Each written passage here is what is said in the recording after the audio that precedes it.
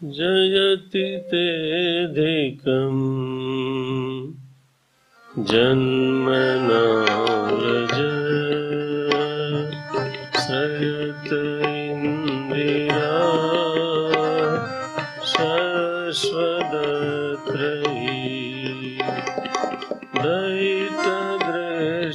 दयितदृश्यताम् दीक्षुतावका त्वयि धृता सर्वं विचिन्वते शरदुदाशये साधुजात सरसिजोदर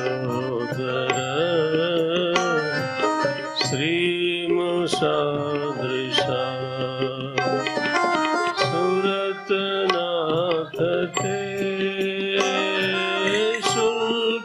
शुल्कदाशिका वरदनिघ्नतो नेह किं वद विषजलाप्यया यालराक्षसा वर्षमारुता वैद्युतानला वृषमयात्मजा विश्वतो भया वृषभते वयम् रक्षितामुः न खलु गोपिका नन्दनो भवानलिनी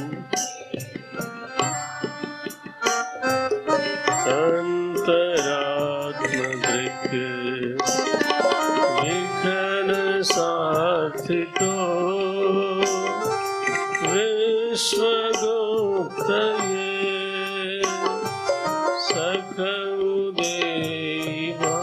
सखौदेवां सात्वतां विरचिता भयम् वृष्टिधूयते चरणमीयुषा संसृते भया करसरोरुहम् कान्तकामदम् शिरसि देहिनः श्रीकरग्रहम्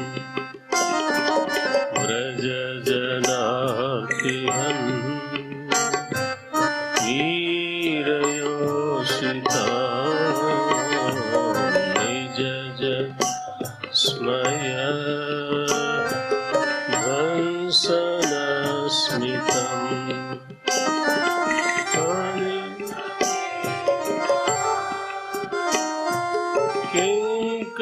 किङ्करीस्मनो जलरुहाननम् चारुदर्शय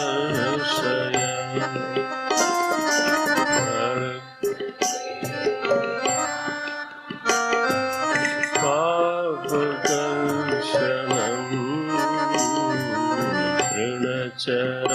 तृणचरानुगम्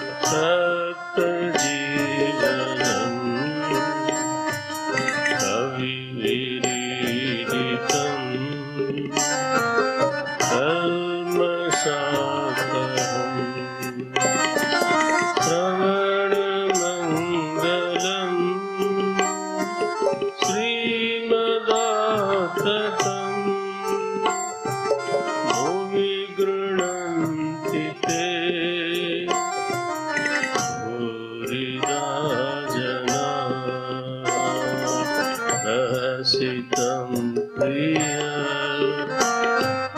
प्रेम वीक्षणम् विहरणं च ते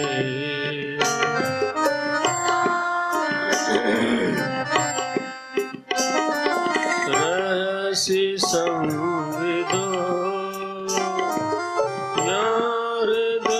स्पृश कुहकनो मन शोभयन्ति कलस्य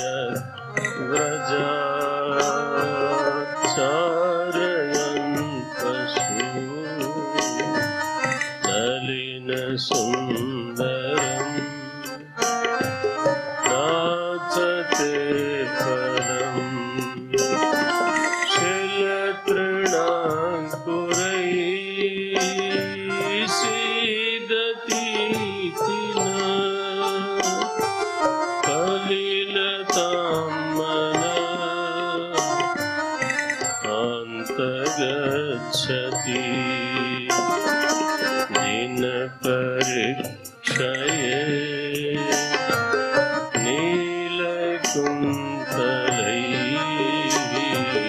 वनरु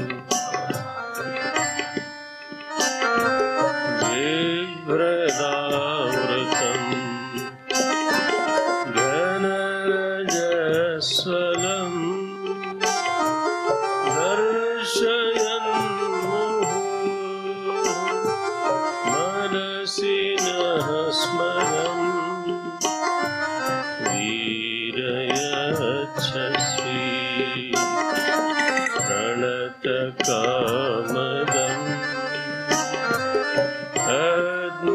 पद्मजार्चितम् धरणिमण्डनम् ध्येयमापदि चरणपङ्कजम्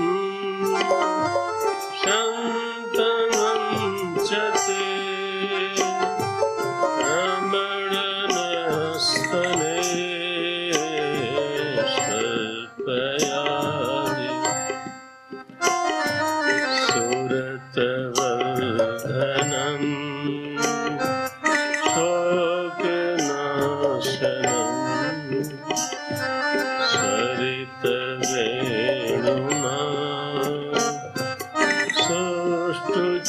सोष्ठुचुम्बितम् इतररागवे स्मरणं नृणाम् इतरवीरना हे धरामृतम् अटति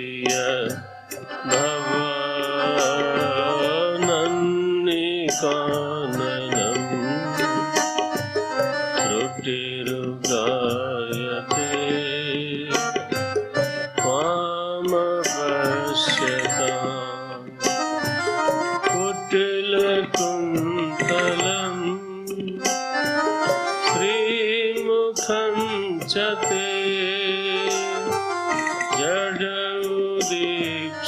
जडौदीक्षताम् अक्ष्मकृद्दृशाम् अतिसुतान्वय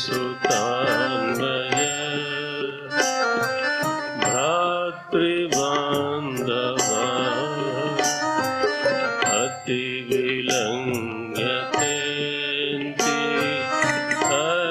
अच्युतागता गतिविदस्तवो गीतमोहिता कितवयोषितः कस्त्यजेन्निशि रहसि संविदम् प्रेच्छयोदयम् रहसिताननम् प्रेमवीक्षणम् बृहदो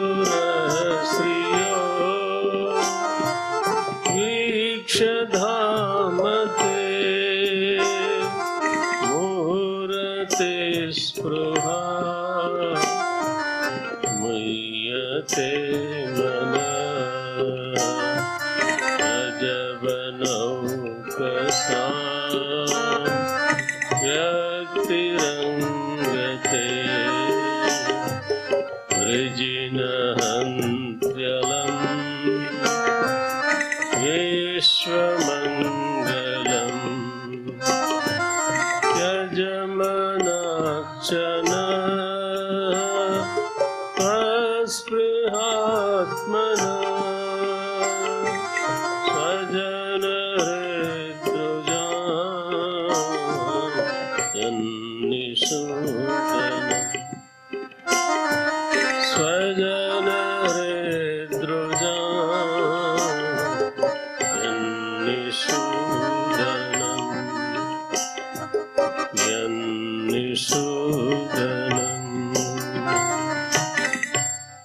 यत्ते सुजातचरणाम्बुरुहं स्तनेषु गीतासने प्रियदधीमहि कर्कशेषु तेनाटवीमटसि तद्व्यथतेन किं स्वित् कूर्पादिभिर्भ्रमति धीः भवदायुषां नः इति गोप्यप्रगायन्त्यः प्रलपन्त्यश्च चित्रधा रुरुदुः सुस्वरं राजन् कृष्णदर्शनलालसा तासामावीरभूच्छौरिः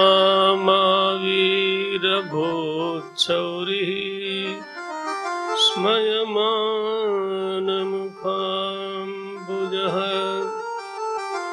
पीताम्बरधरस्रग्वी साक्षान्मन्मथमन्मथः साक्षान्मन्मथमन्मथः।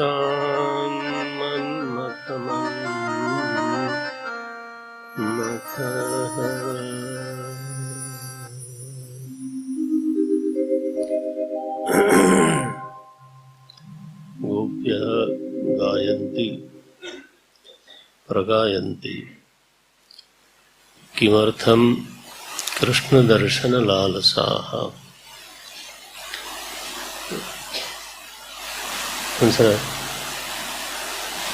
इधर आओ। हरि ओम हरि ओम।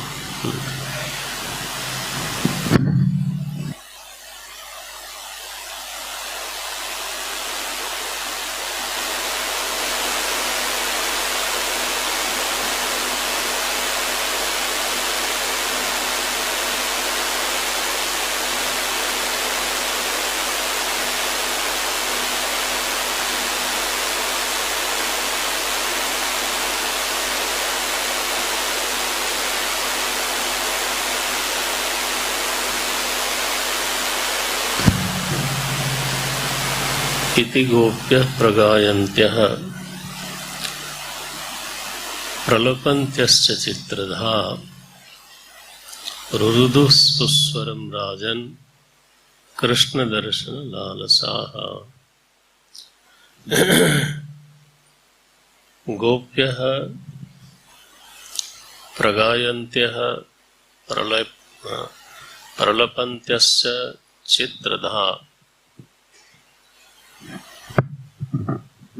इसको बहुत न कसा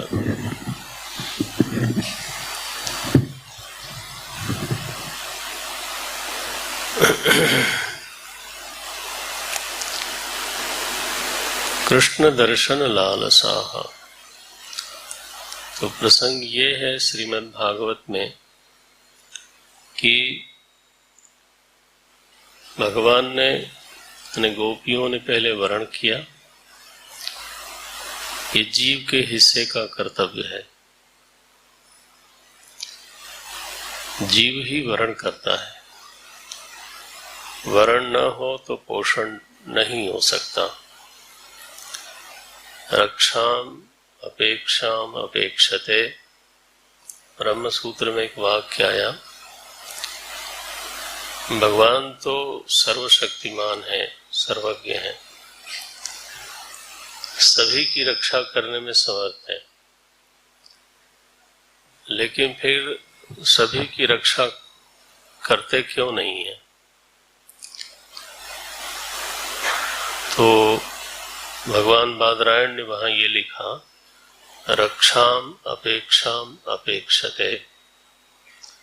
भगवान को ये प्रतीक्षा रहती है कि कोई हमको बोले कि हे प्रभु रक्षा करो।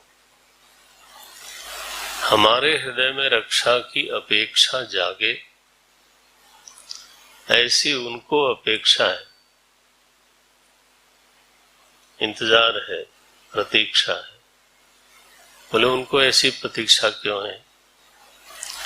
वो इसलिए है कि एक की रक्षा करें, दूसरे की न करें तो पक्षपात का दोष लगता है। भगवान को भी दोष लगेगा कि देखो इसकी रक्षा की और उसकी नहीं की। तो उनको कोई न कोई एक बहाना चाहिए रक्षा के लिए। जब कोई पूछे कि उसकी रक्षा आपने क्यों की, द्रौपदी की क्यों की, औरों की क्यों नहीं की? बोले क्योंकि द्रौपदी ने पुकारा था, बाकी लोगों ने पुकारा नहीं तो मैं कैसे जाऊं? तो ये एक बहाना, एक अपने पक्ष में उनको एक बहाना चाहिए, नहीं तो नैर्घृण्य दोष संगात, ये भाष्य में आया, अन्यथा ईश्वर में राग द्वेष का दोष लगेगा। बोले तो वो तो समर्थ है, सभी की रक्षा कर दें, किसी को गलत कर्म करने ही न दें, ऐसा भी तो हो सकता है। वो तो समर्थ है। बोले ऐसा कर सकते हैं, कर सकते हैं लेकिन करते नहीं। क्यों नहीं करते? तो कर्म का अधिकार दे रखा है आपको। अगर वो करने न दें तो फिर कर्म का अधिकार कहाँ रहा? आप अपने बच्चे को 100 रुपया दें और ऐसा बोलें कि इस पर तुम्हारा अधिकार है, चाहे तुम जैसे खर्च करना चाहो कर लो, बहुत अच्छा, लेकिन ये मत खरीदना, ये मत खरीदना, ये मत खरीदना, 100 शर्तें लगा दी, तो कहेगा पिताजी तेरा तुझको अर्पण। एक तरफ तो आप खर्चने का अधिकार देते हो, दूसरी तरफ वो अधिकार छीन लेते हो, तो फिर ऐसे का क्या मतलब रहा? मनुष्य को कर्म का अधिकार है। भगवान ने कहा कर्मण्येवाधिकारस्ते, तो कर्म में तो अधिकार है ही, तो फिर करने भी न दे तो अधिकार कैसा? तो अधिकार इतना ज्यादा है कि मैं चोरी करना चाहूं तो कर लो, करते समय नहीं रोकेंगे, फल देते समय जरूर रोकेंगे। महाफलेषु बोला है, उसका जो हिसाब बनेगा वो आपको मिलेगा। बोले तो फिर चोरी ही क्यों करने दिया? वो तो उनका कहा हुआ है। आप चाहे तो किसी के वध करने का प्रयास कर सकते हैं, आप जघन्य से जघन्य पाप कर सकते हो और बढ़िया से बढ़िया पुण्य कर सकते हो। यह स्वातंत्र तो प्राप्त है, तभी तो ये वाक्य सफल होगा, कर्मण्येवाधिकारस्ते। लेकिन हिसाब किताब जरूर होगा, और जब फल मिलेगा तब आपकी इच्छा पूछी नहीं जाएगी। महाफलेषु अधिकारः, फल में तुम्हारा अधिकार नहीं है। कभी कभी है, बोले नहीं, कदाचन, महाफलेषु कदाचन, कभी भी तुम्हारा फल में अधिकार नहीं है। तो हिसाब जरूर होगा, इस बात का हर जीव को ध्यान में रखना चाहिए। हिसाब होगा, कर सकते हो, परिणाम जरूर आवेगा। नारायण, तो करने का अधिकार तो है, तो आप वर्ण करो, अपेक्षा रखो, आवाहन करो, ये हमारे हिस्से का अधिकार है। जीव को उसका उपयोग करना चाहिए। गोपियों ने वर्ण किया, हम लोग आज अंतिम कक्षा में हैं तो थोड़ा दोहरा देता हूं। नंद गोप सुतम देवी वरम में कुरु ते नमः, गोपियों ने ऐसा वर्ण किया था। वर्णीय तो प्रभु ही हैं। कठोपनिषद में नचिकेता ने उनका वर्ण किया, वरस्तु में वर्णीय सएव, वर बनाने लायक वर्णीय वस्तु केवल एक है, और वो है जो अंतस्थ प्रभु हैं उनमें समा जाना, उनमें एक हो जाना, उनमें अभिन्न हो जाना। किसी लोक का वर्ण ये बुद्धिमानी नहीं है। कोई काल में बैठी हुई चीज है, उसका वर्ण बुद्धिमानी नहीं है। कोई देश में बैठी हुई चीज है, उसका वर्ण बुद्धिमानी नहीं है। कोई धर्म से सिद्ध होने वाली वस्तु है, उसका वर्ण बुद्धिमानी नहीं है। ऐसा उपनिषद बोलती है, श्रुति बोलती है। अन्यत्र धर्मात्, अन्यत्र अधर्मात्, अन्यत्र अस्मात्, कृता कृतात्, अन्यच्च भूताच्च, भव्याच्च, यत् तत् पश्यसि तद्वद। ये उपनिषद ने कहा। बहुत बड़ा मंत्र है ये। पता नहीं कौन सी मनीषा है, अपौरुषेय, क्योंकि मनुष्य की बुद्धि में ऐसे लक्ष्य का स्फुरण नहीं हो सकता। अन्यत्र भूताच्च भव्याच्च, कृतात् अकृतात्, धर्मात् अधर्मात्, यो हि सिद्ध्यति तत्त्वं पश्यसि तद्वद। तो इन कारणों से जो सिद्ध नहीं होता है, स्वयं सिद्ध है। ऐसी कोई वस्तु आप देख रहे हो, उसका वर्ण करो। ऐसी वस्तु का ही नाम श्री कृष्ण है।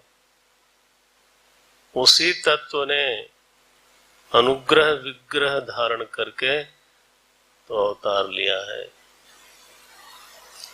न खलु गोपिका नंदनो भवान, अखिल देहि नाम अंतरात्म दृक्। गोपियों ने जिसका वर्ण किया है, वो कोई सुंदर युवा नहीं है, कला कौशल संपन्न कोई युवा नहीं है, वो अंतरात्म दृक् है। वही सिद्ध वस्तु है, बाकी सब की सब साध्य है। जिसको सिद्ध किया जाता है वो काल में असिद्ध हो जाता है। तो गोपियों ने वर्ण किया, ये सबसे पहली, सबसे कल्याणमयी घटना है, सबसे शुभ घटना है। तो गोपियां लगता है अत्यंत सूक्ष्म विरक्त बुद्धि का नाम है।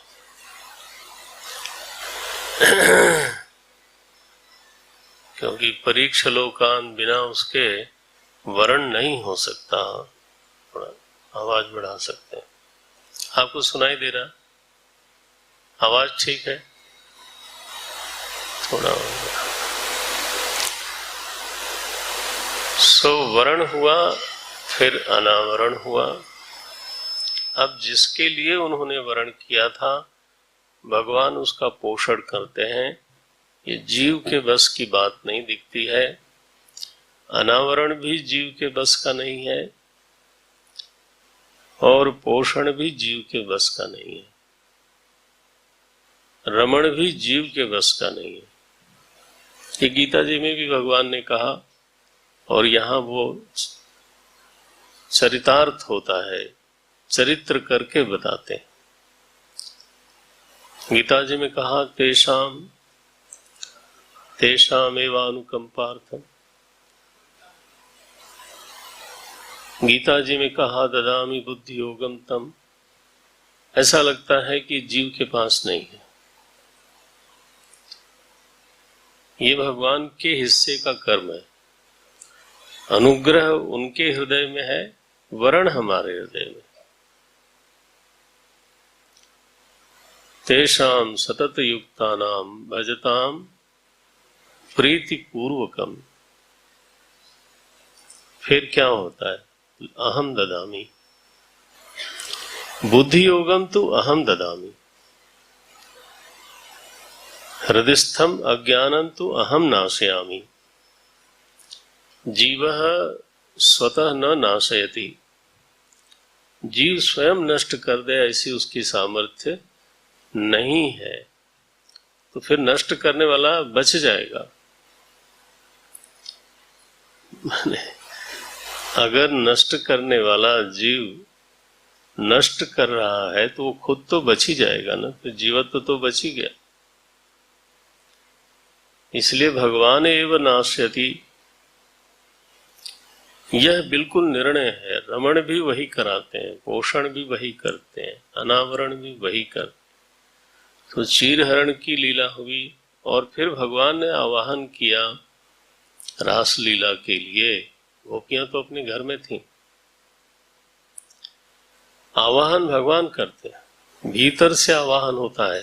आज के दिन में अगर हम उसको देखेंगे तो कोई साधक है तो धीरे धीरे भीतर उसको खींच पैदा होती है। मैंने ये शब्द बोला था, भीतर से आकर्षण होता है कि बाहर कुछ है नहीं बेटा, चुपचाप बैठो अंदर।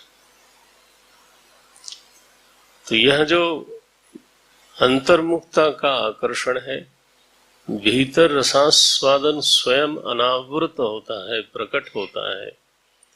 तब व्यक्ति, महाराज हमारे पूज्य परम गुरु स्वामी तपोवन जी महाराज 8-8 घंटे ध्यान में रहते थे।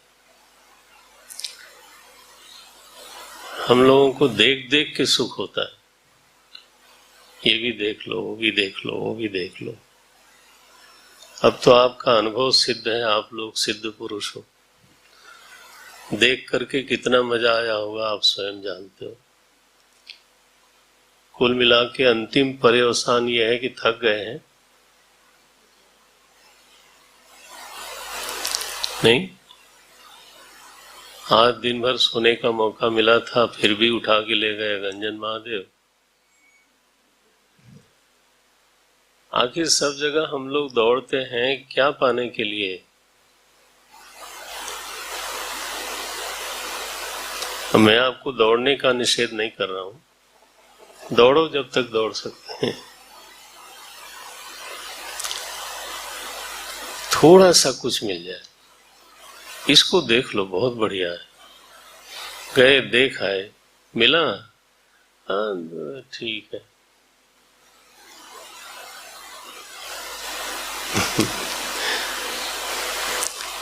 हमारे जिले में गाजीपुर में एक पौहारी बाबा होते थे, वायु भक्षण करते थे। पयहारी नहीं, पौहारी। पूज्य स्वामी विवेकानंद जी वहां 1 महीने बैठे रहे गुहा के सामने। गंगा जी के ठीक सामने गुहा है।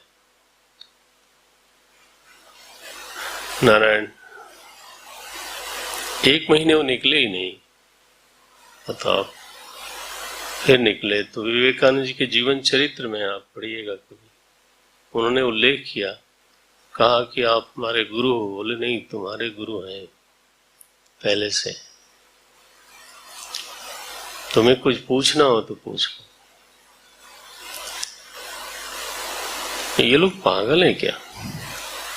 अपने भीतर उनको आनंद मिलता है क्या? आनंद नहीं मिले तो आदमी, उपनिषद ने कहा, एक क्षण सांस भी नहीं लेगा वो। यदि हेवानंदो न स्यात् को हेवान्यात् कब प्राण्यात्। इस श्रुति ने कहा प्राणन क्रिया कौन करेगा? ये भी एक एक्सरसाइज है। तो महाराज ये बांसुरी है कृष्ण की। जब किसी महापुरुष के जीवन में इस तरह की खींच पैदा होती है, इस तरह का आकर्षण होता है, वो समझ लेना चाहिए कि वो जो भागवत में बांसुरी बजी थी, अब प्रभु कृपा करके है ना, भीतर बजा रहे हैं। अब बैठने की बारी, शायद रमण देना चाहते हैं। ये सब गई, भगवान ने रमण दिया। अब रमण दिया तो अनंत काल की जो हमारी वासना है ना, ये फिर से स्फुरित होती है, तो उनको अभिमान हो गया। रमण प्राप्त होने पर भी अभिमान हो जाता है, ये इस लीला में कहा गया। और अभिमान होते ही वो प्रतिबंध खड़ा हो गया, भगवान का लोप हो गया। अब उस अभिमान प्रतिबंध की निवृत्ति कैसे होवे? विरह से, आवाहन से। यहां लिखा 32वें अध्याय के जो हमने श्लोक पढ़े अभी, इति गोप्यः प्रगायन्त्यः। हाँ, केवल प्रगायन्त्यः नहीं, प्रलपन्त्यश्च। ये प्रलाप करती हैं, गाती हैं, किस लिए? लोक रिझाने के लिए? नहीं नहीं। गान कला का दर्शन कराने के लिए? नहीं नहीं। कृष्ण दर्शन लालसा। ये गोपियां कैसी हैं? इनके हृदय में एक ही लालसा है, श्री कृष्ण दर्शन। और गाते समय जो पूर्वानुभूत लीलाएं हैं भगवान की, उनका स्मरण करती हैं।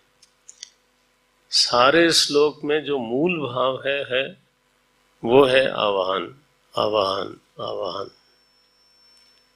लेकिन स्मरण करती हैं पूर्व पूर्व की लीलाओं का। तो हम लोग ऐसे 15 श्लोक पढ़ चुके। 14वें श्लोक में एक शब्द लिखती हैं वो, इतर राग विस्मारणम। 14वां जो गीत है, 14वां श्लोक है, उसमें एक पंक्ति गोपियों ने कह दिया, हे प्रभु, आप में जो राग है वो इतना शुभ है, इतना मंगलमय है, इतना पवित्र है, इतना समर्थ राग है कि इतर राग का विस्मरण हो जाता है। रंजनात्मक राग। राग तो बड़ा मधुर स्वाद वाली चीज है,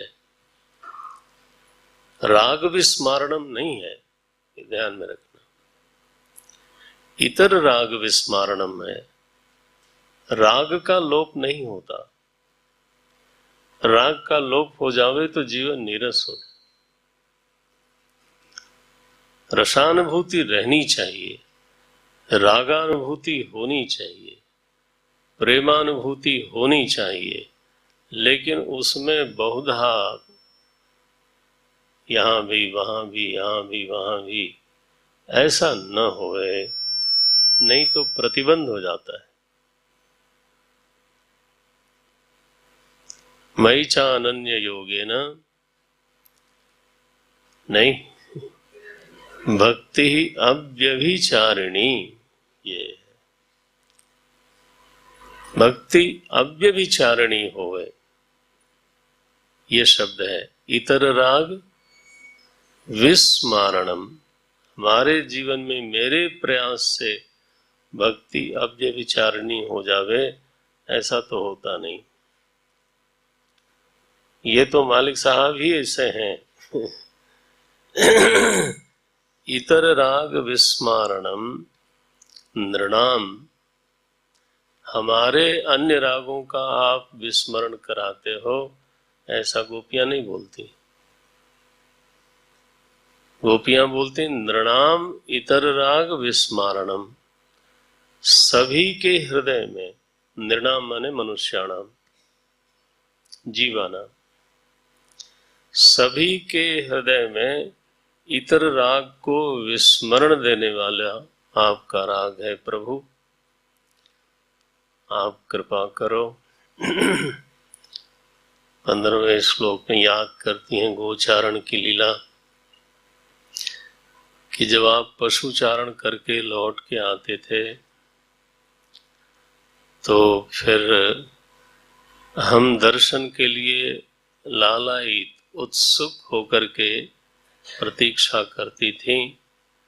उस समय जब दर्शन होता था गोधूलि से भरे हुए आपके कुटिल कुंतल, आपका मुख कमल, तो जब पलकें झपकती थी तो ऐसा लगता था कि ब्रह्मा जी की बुद्धि मंद थी, उनको पलकों को बनाना नहीं चाहिए था। पक्ष्मकृत जड, पक्ष्मकृत माने पलकों को बनाने वाला ब्रह्मा इत्यर्थ है, वो तो जड़ है, मंद बुद्धि है, ऐसा हम लोगों को उस समय लगता था। भाव ये है कि हम पलकें भी झपकाना नहीं चाहती थी। अब 16वां, हे अच्युत, ये संबोधन विभक्ति यहाँ है। अब क्या संबोधन कर रही हैं? हे अच्युत, आप कभी स्खलित नहीं होते, आप कभी पतित नहीं होते, आप कभी च्युत नहीं होते, गिरते नहीं, आप अपने स्वरूप में रहते हो। प्रपंच हो तो भी, निष्प्रपंच हो तो भी। देखो जरा संबोधन देखो, हे अच्युत, आप तो अपने स्वरूप में हो और उसी में समाने के लिए, उसी में अभिन्न हो जाने के लिए, उसी में रममाण होने के लिए वयम आगताः ते अन्ति। जरा ग्रंथ पे ध्यान रखना, ये अन्वय समझ में आवे, पद का पदार्थ मालूम पड़े तो आपने ग्रंथ पढ़ा।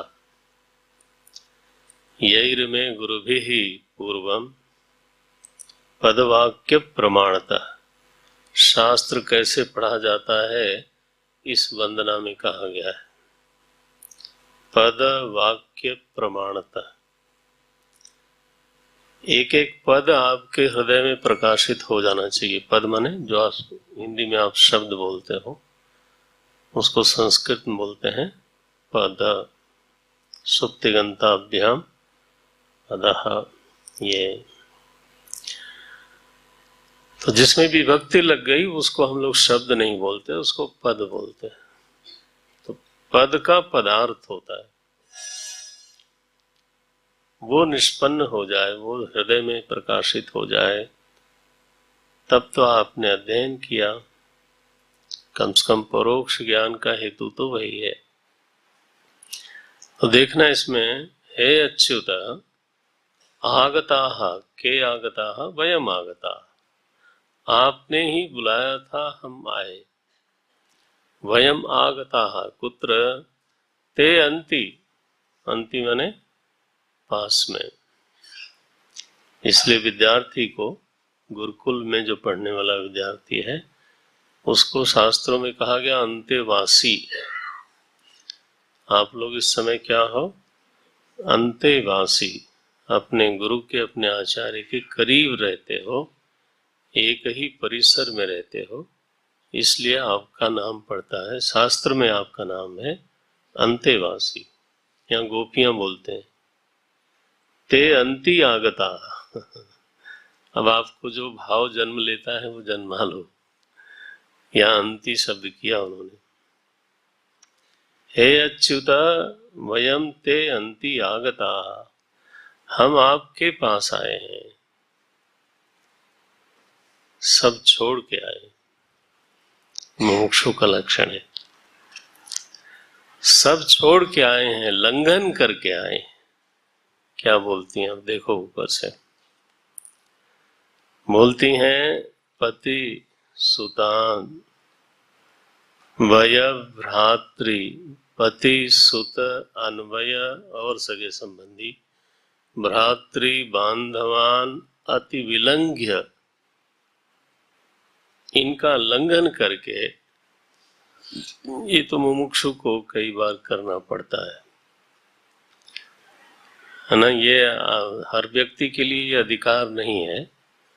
जो विशेष है, जो अत्यंत विरक्त है, जो मुमुक्षु है, यदहरेव विरजेत तदहरेव परिव्रजेत, ये वाला है। जरा इस दृष्टि को थाम करके ही इस गीत को पढ़ना चाहिए। पति सुत अन्वय भ्रातृ बांधवान अति विलंघ्य, हे अच्युत ते अंति वयम आगता, इस तरह से देखना चाहिए। हम इनको छोड़ करके, इनका लंघन करके तो हम आपके पास आए हैं। आप अच्युत हो, आपको कोई प्रभाव नहीं पड़ता, उसी में समाने के लिए आए हैं। नारायण। गतिविदः, इस पर अलग अलग भाव है टीकाएं में, मैं देख रहा था। हमारी गति को आप जानते हो कि हम लोगों ने अपने मन में अंतिम गति क्या मान रखा है। गतिविदः, आप जानते हो कि हम किस लिए आए, आप जानते हो कि हमारी बुद्धि में हमारी गति क्या है, आप ही हो। हे गतिविदः, अपने आप हम आए नहीं। उद्गीत मोहिता, आपने आवाहन किया बांसुरी में, आप तरह तरह के गीत गाते रहते हो, कला कौशल में माहिर, सर्व कलाधरः नटवरः,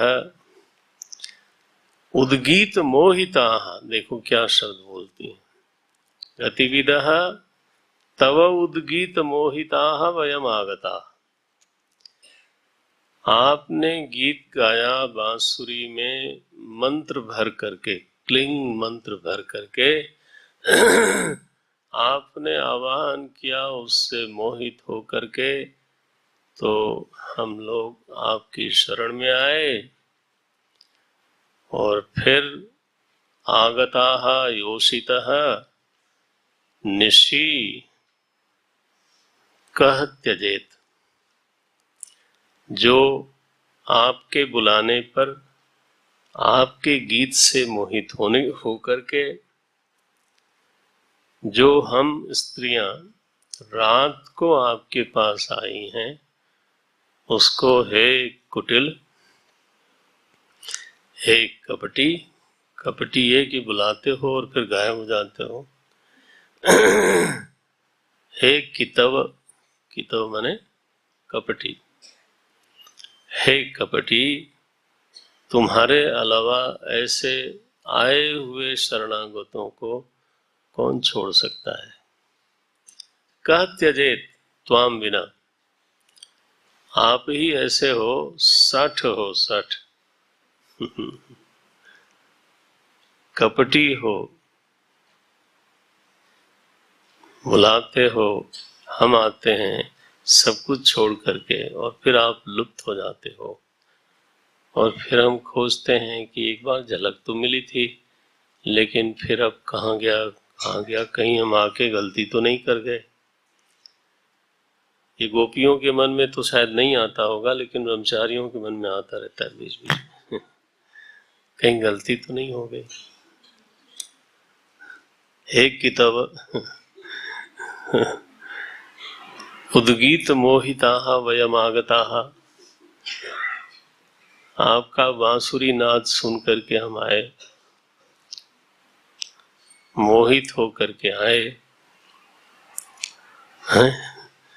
और फिर त्यजेत निशि, तो आधी रात में आप छोड़ के इधर उधर चले गए।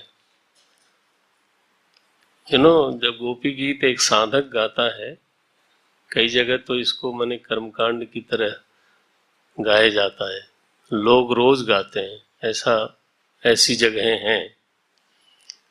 प्रार्थना में रोज गोपी गीत 19 श्लोक का गा लेते हैं, माने एक पूजा पूरी हो गई। नहीं, जरा भाव भी जोड़ दो, अपना अंतःकरण उनसे मिला दो, मुमुक्षु होके गाओ, वर्ण करके गाओ, तब उलाहना ठीक लगेगा। तब है किताब त्वाम विना योषितः निशिः त्यजेत, स्त्रियों को ये रात को कौन छोड़ सकता है, तुम ही हो ऐसे स्पेशल। नारायण बोलती हैं, रहसि संविदम हृच्छयोदयम, हृदय की आकांक्षा को तीव्र तीव्र करने वाले। कैसे तीव्र करते हो? आकांक्षा तुम ही बढ़ाते हो। कैसे बढ़ाते हो?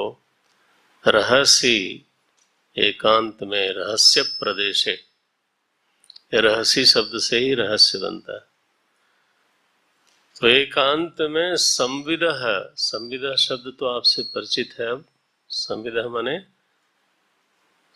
माने संकेत निर्माणी, ये है अर्थ। तरह तरह के संकेत करते रहते हो, इशारे करते रहते हो, और उन इशारों से, उन संकेतों से हमारे हृदय की आकांक्षा को प्रज्वलित करते हो, जगाते हो, बढ़ाते हो। अब हम अपनी तरफ ले आते हैं तो ये जो गीत है ना, ईश्वर भी बहुत तरह के इशारे करता रहता है जीवन में, और भक्त के जीवन में तो इशारे मालूम पड़ते हैं। अभी शिविर में, गुरु जी के शिविर में एक सज्जन आए थे, तो पट खुलने के समय बद्री धाम का दर्शन करना चाहते थे। एक दिन बोल रहे थे मुझे कि ईश्वर जो है वो मालूम पड़ता है। तो हमने कहा बताओ, तो सुना रहे थे कि फिर बहुत बरसात होने लगी, ठंड बहुत होती है इस समय, तो मन हुआ, अब वो अफसर रहे, तो बोले मन हुआ कि मैं अब लौट जाता हूँ, तो काफी दिक्कत है। तो उस समय कोई बाहर से आरती हुई होगी और उसकी चिंगारियां इनके मुंह पे पड़ी, तो मुझे कहने लगा, इस संजय कृष्ण की बात कर रहा हूँ, वो कहने लगा कि ऐसा लगा जैसे 2 थप्पड़ किसी ने मारा हो। ये दिमाग खराब है, इतनी दूर से आया है दर्शन करने के लिए, 1-2 दिन में पट खुलने वाले हैं, कहाँ जा रहा है? तो फिर ये तय हुआ कि नहीं जाएंगे। इसको बोलते हैं रहस्य संविदा। ये अभक्त लोगों को उनके संकेत कम समझ में आते हैं, लेकिन जो समर्पित है, जो भक्त है ना, उसको भगवान के संकेत समझ में आते हैं। चलते चलते ध्यान कहीं गलत जगह पे लगा, तब तक ठोकर लग गई। तो भक्त यही सोचता है कि भगवान ये नहीं चाहते कि मैं ऐसी चीज पर ध्यान दूं। ये क्या है? ये रहस्य संवादी है। आप केवल गोपियों के तक रह मत जाना, इसको अपने साथ भी लगा लेना, तब तो गीत गोविंद कुछ समझ में, गोपी गीत समझ में आएगा, अन्यथा नहीं आएगा। और ऐसा कौन है जो ईमानदारी से सोचे तो उसको ये सारे संकेत जीवन में नहीं मिले होंगे? कभी कभी टीवी पे कोई कार्यक्रम आ रहा है और मामला गड़बड़ हो गया, तो ऐसा ही भाव आता है कि भगवान चाहते हैं कि ये ना देखो। ये क्या है? बोले ये रहस्य संवादी है, ये अकेले में इशारा है कि नहीं करना है। उसकी अपनी भाषा है, वो अपने ढंग से बात करता है, भक्त से बात करता है, 24 घंटे बात करता है। ये गोपियां बोलती हैं। आप अपने जीवन में देखना तो ये रहस्य संवादी शब्द जो है ना, वो हमेशा चरितार्थ होते हुए दिखाई देगा।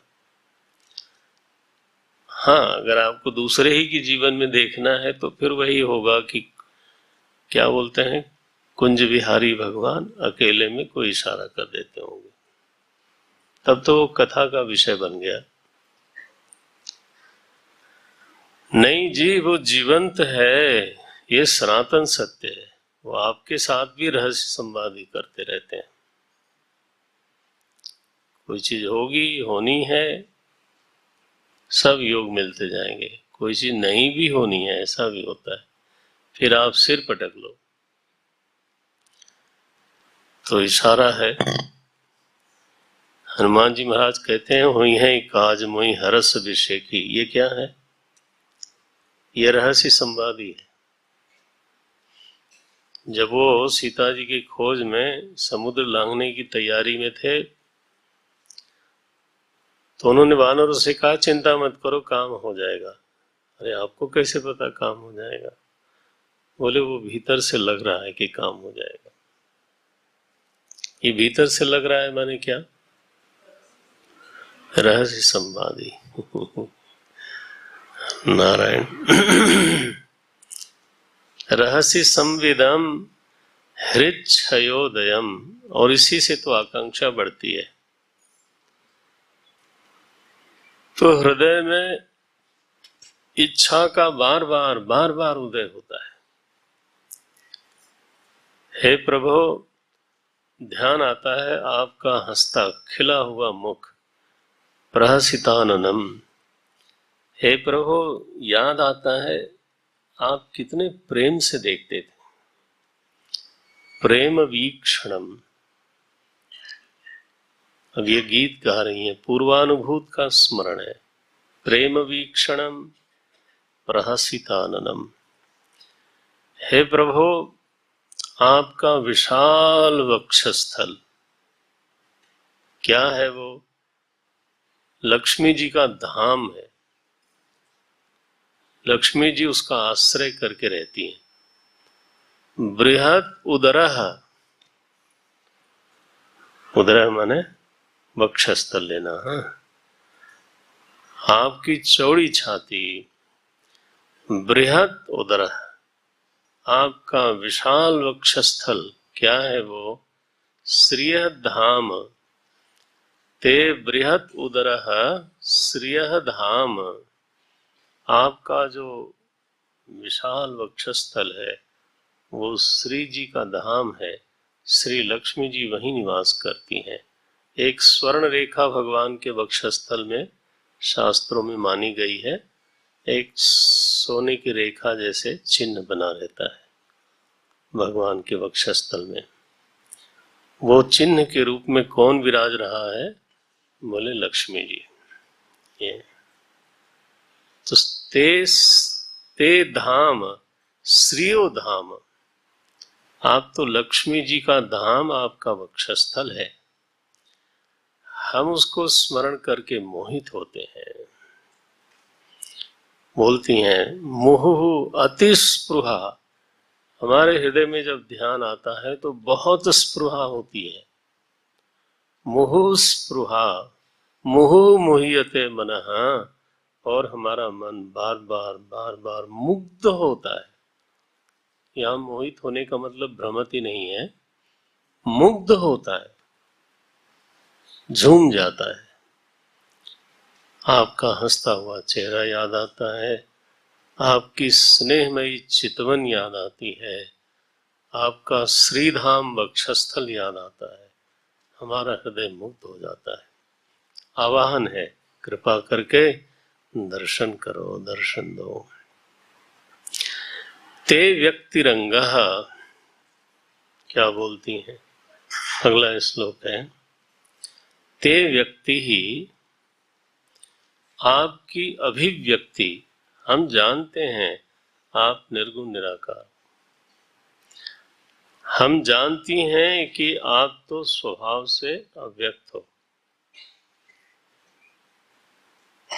स्वभाव से अव्यक्त हो, अप्रमेय हो, इंद्रिय बुद्धि के सामने नहीं आते, लेकिन फिर भक्तों के लिए व्यक्ति ही, व्यक्ति माने अभिव्यक्ति, प्राकट्य, उस प्राकट्य का फल क्या है, किसके लिए व्यक्त हुए? बोले व्रज वनौकसाम,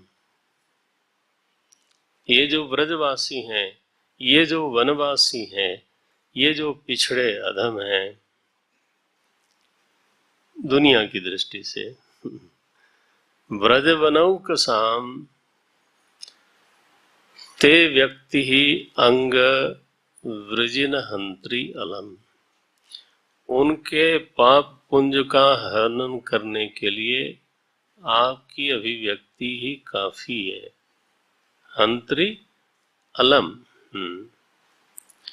वृजन हंत्री, वृजन माने पाप, वृजन माने पाप, अनंत जन्मों के किए हुए जो दुष्ट कर्म हैं उनको बोलते हैं वृजन।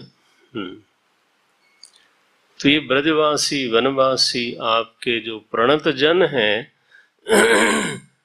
उनके पाप का हरण करने के लिए, उनको भस्म करने के लिए आपकी व्यक्ति ही अलम है। अलम माने पर्याप्त है।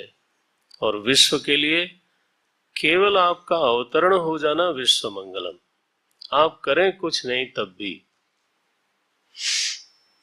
व्यक्ति ही हंत्री अलम और विश्व मंगलम, समूचे विश्व के लिए मंगल है।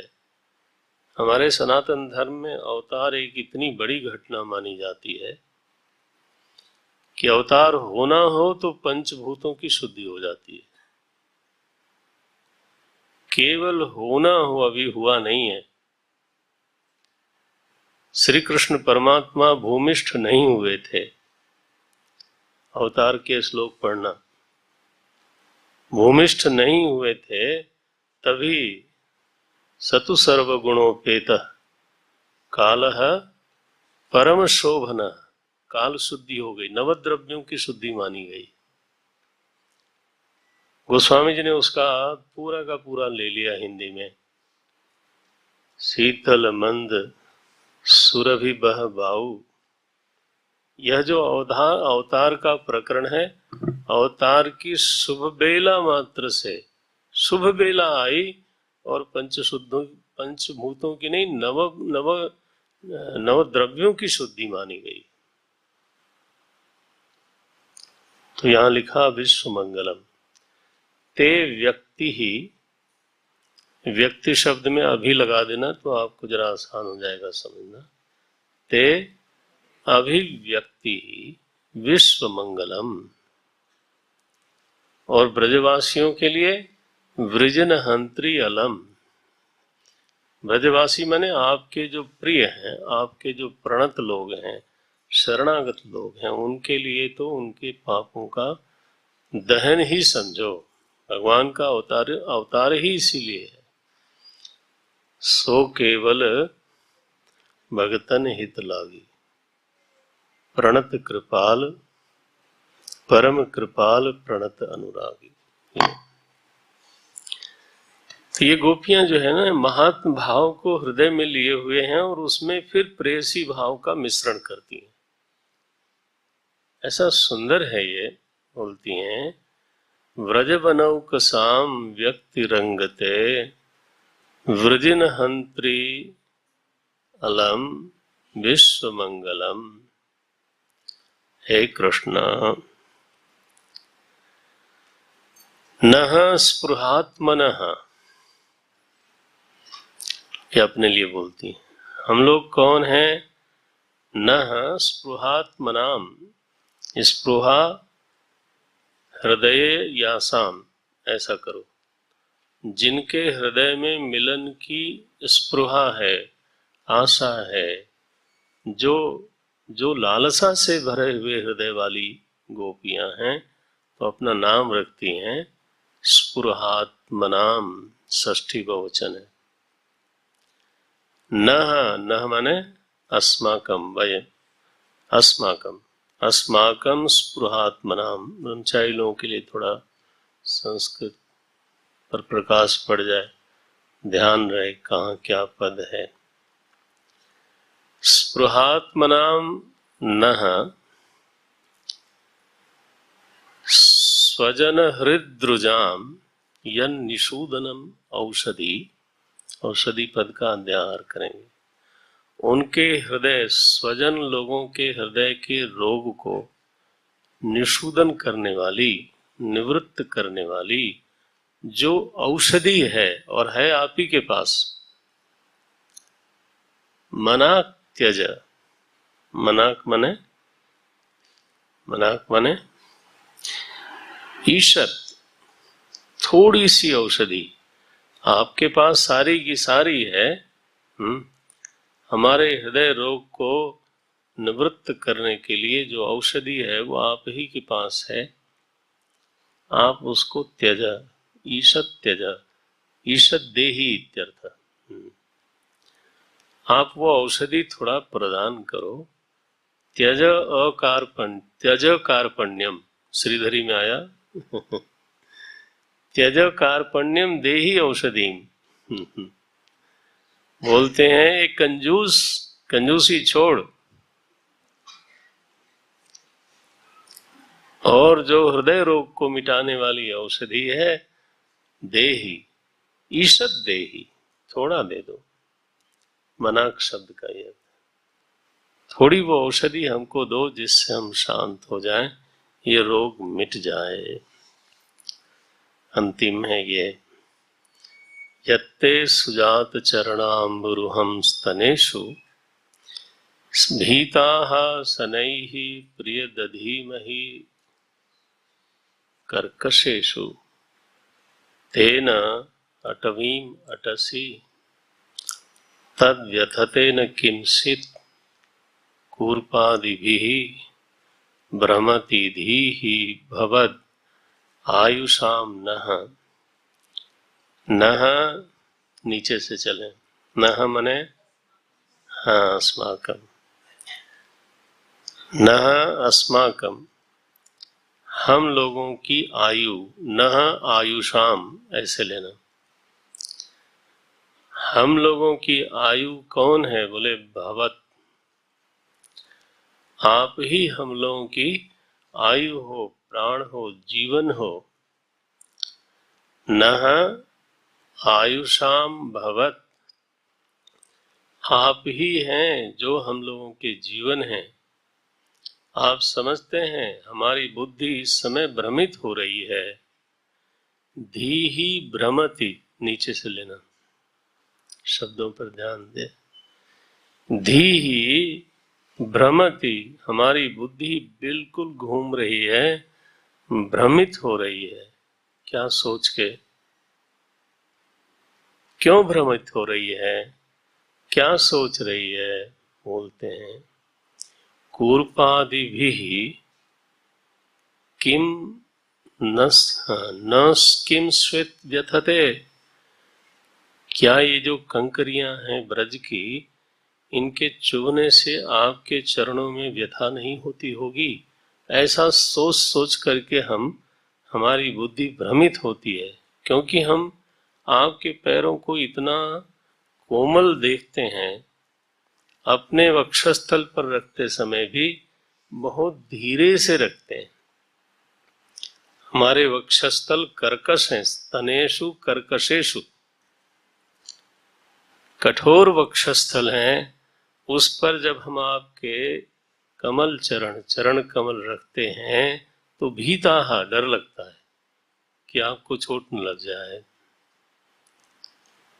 इसलिए सनई ही, हे प्रिय, सनई ही दधीमहि,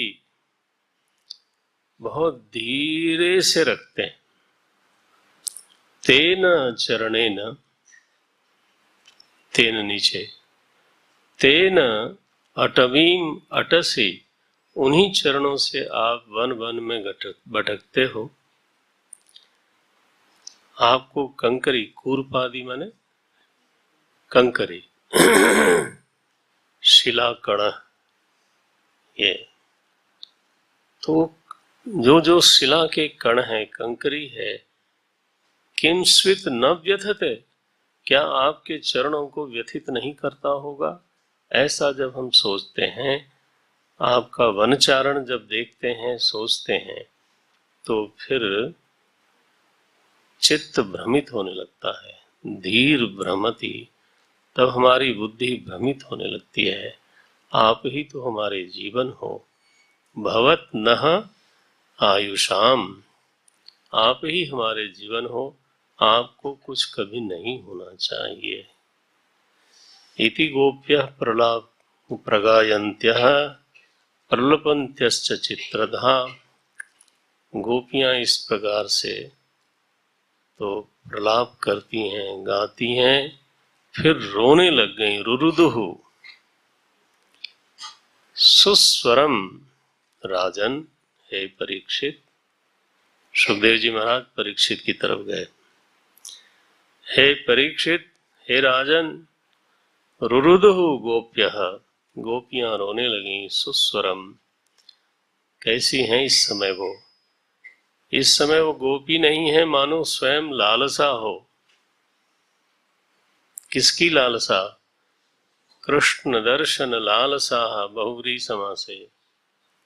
साक्षात मानो कृष्ण दर्शन की लालसा स्त्री शरीर धारण करके बैठी हो, ऐसी हैं वो। और वो आवाहन करती हैं, दर्शन की इच्छा करती हैं। इस तरह से जब विरह गीत गाया गोपियों ने, तो स्मरण किया, महात्म भाव के साथ विरह गीत गाया। तो नारायण यहां लिखा, तासामावीरभूच्छौरिः,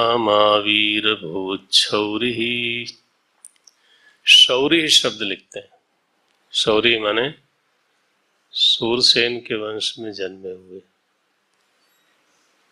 नंदवंशी नहीं कहा। सुखदेव जी महाराज बोलते हैं, तासामावीरभूत शौरिः, उस समय शौरी वसुदेव नंदन, नंदनंदन, चलो हम ऐसे भी बोले, क्या दिक्कत है। भगवान श्री कृष्ण वहीं पर प्रकट हो गए, कहीं गए नहीं थे। गोपियों को भी लगता था कहीं गए नहीं है, इसलिए ते तव बोलती हैं। यहां लिखते हैं, तासाम आवीरभूत छौरिः स्मयमान मुखाम्बुजः, उनके मुख कमल पे एक मुस्कान खेल रही थी। गोपियों को गुस्सा तो बहुत आया होगा कि इतना भटकाया रुलाया तो तुम यहीं थे। तो बोलती हैं, स्मयमान मुखाम्बुजः पीतांबरधर स्रग्वी, तो पीत वस्त्र धारण किए हुए हैं, लंबी माला है, क्या स्वरूप बना के प्रकट हुए। साक्षान मनमथ मनमथः, ऐसा रूप है आज के दिन भगवान का कि कामदेव को मथने के लिए जैसे प्रकट हुआ हो। मनमथ मनमथः, मनमथस्यापि मनांसि मथति, कामदेव के मन को भी जो मथे, ऐसा रूप बनाया और तब प्रकट हुए। अब देखो, कामदेव को तो यही उन्होंने हरिओम कर दिया, मर्देसी तो मर्दन किया और फिर दर्शन हुआ। तो गोपी गीत का फल जो है ना, अगर फलश्रुति बोलना हो तो भगवान का आगमन। आवाहन का फल क्या होगा? भगवान का सम्मुखी होना, प्रत्यक्षी होना, है ना, उनका आगमन, प्रकट हो जाना। तो हम गोपी गीत अगर भाव से पढ़ते रहें तो एक दिन भगवान को जरूर लगेगा कि यार फिर प्रकट होना ही पड़ेगा। ये इसका फल है। तो हृदय से, भाव से, और भाव तभी होगा जब वो जो कहती हैं उसमें हमारा भी भाव शामिल हो। वो क्या कहती हैं वो केवल समझा ही नहीं तो फिर लय ताल ठीक है ना, फिर तो बात बनती नहीं है। भाव से भाव मिलाया जाए और गाया जाए। ओम तत्सत। आज मैंने घड़ी जानबूझ के नहीं निकाली थी क्योंकि पूरा करना था। ये आप लोगों के निमित्त से ये गोपी गीत आरंभ हुआ था। तो कल ये विचार बना था परसों कि कल ये गोपी गीत पूरा कर दिया जाए। तो भगवान ने भाव ये दिया कि नहीं भाई, जिनके लिए ये शुरू हुआ था उन्हीं के सामने ये पूरा हो तो अच्छा है। तो कल फिर मैंने अंतिम में संदेश भिजवाया कि नहीं, आज नहीं, कल करेंगे। ओम तत्सत। तो पहला श्लोक, 4 श्लोक पढ़ लेते हैं। जयति तेधिकं जन्मना व्रज इंदिरा शश्वदत्तहि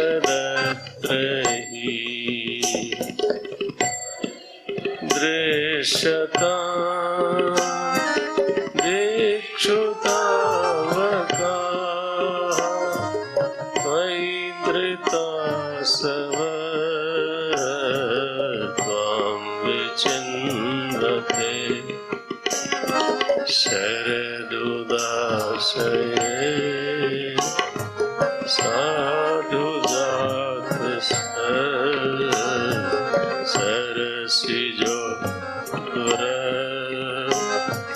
श्रीमुषा वृषा सुरतनाथ ते शुल्कदाशिका वरदनिघ्नतो नेह किं वद विषजलाप्यजा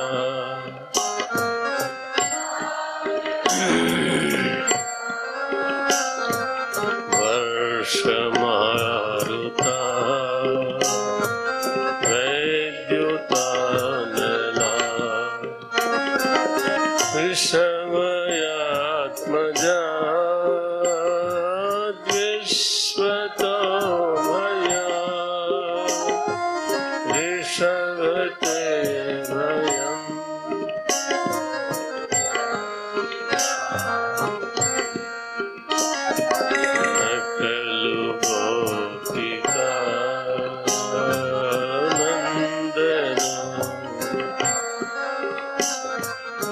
अखिल देहिना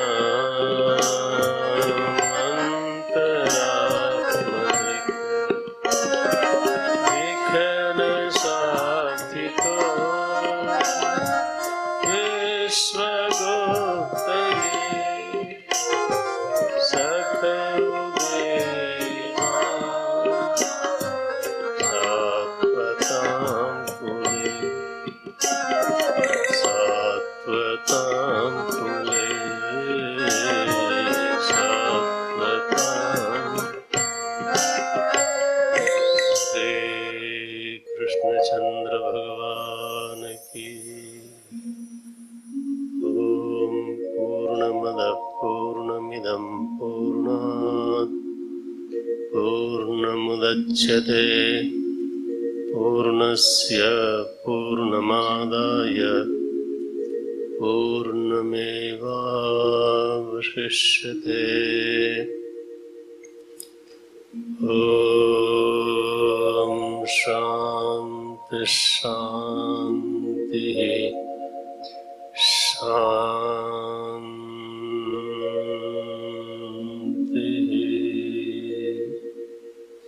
हरि ओम श्री गुरुभ्यो नमः। हरि ओम।